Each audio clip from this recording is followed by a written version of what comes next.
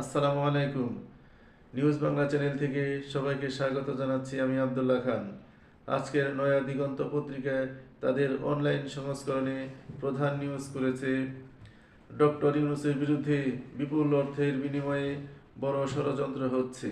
Press সচিব, অন্তর্বর্তী সরকারের প্রধান উপদেষ্টা ডক্টর মোহাম্মদ ইউনূসের বিরুদ্ধে ভারতীয় মিডিয়া ষড়যন্ত্র করছে বলে মন্তব্য করেছেন প্রেস সচিব শফিকুল আলম।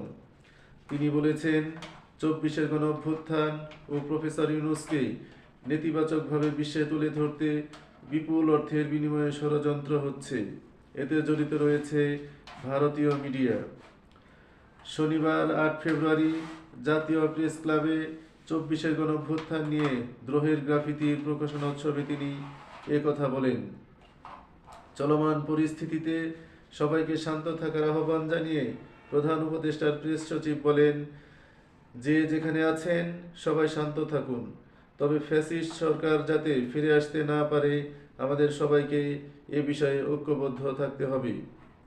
তিনি বলেন, পতিত সরকার যাতে মাথাচাড়া দিতে না পারে গ্রাফিতির দ্রোহের মাধ্যমে তা ছড়িয়ে দিতে হবে। মুক্তিযোদ্ধাদের তালিকা প্রসঙ্গে তিনি বলেন, তথ্যপত্রের অভাবে বাংলাদেশ স্বাধীন হওয়ার পরবর্তী সময়ে ২ বছরের শিশু থেকে শুরু করে বিরোধীরাও মুক্তিযোদ্ধার তালিকায় স্থান করে নিয়েছে।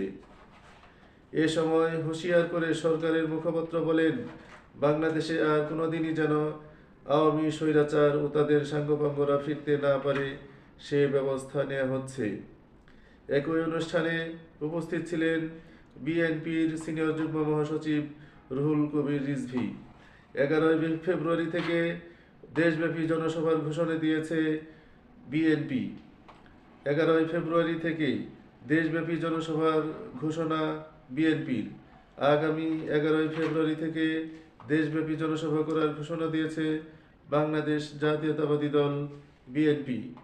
নিত্য প্রয়োজনীয় পণ্যের মূল্যবৃদ্ধি সহনীয় পর্যায়ে রাখা, অবনতিশীল আইন শৃঙ্খলা পরিস্থিতির উন্নতি, দ্রুত গণতান্ত্রিক যাত্রাপথে উত্তরণের জন্য নির্বাচনী রোডম্যাপ ঘোষণা এবং রাষ্ট্রে পতিত ফ্যাসিবাদের নানা চক্রান্তের অপচেষ্টা মোকাবেলা সহ বিভিন্ন জনদাবিতে আগামী ১১ ফেব্রুয়ারি থেকে রমজান শুরু হওয়ার আগ পর্যন্ত বিএনপির উদ্যোগে সারা দেশে জেলা মহানগরে পর্যায়ক্রমে সভা অনুষ্ঠিত হবে। শনিবার ৮ ফেব্রুয়ারি বিকেলে রাজধানীর নয়াপল্টনে দলের কেন্দ্রীয় কার্যালয়ে অনুষ্ঠিত জরুরি সংবাদ সম্মেলনে বিএনপির জ্যেষ্ঠ যুগ্ম মহাসচিব রুহুল কবির রিজভী এই তথ্য জানান।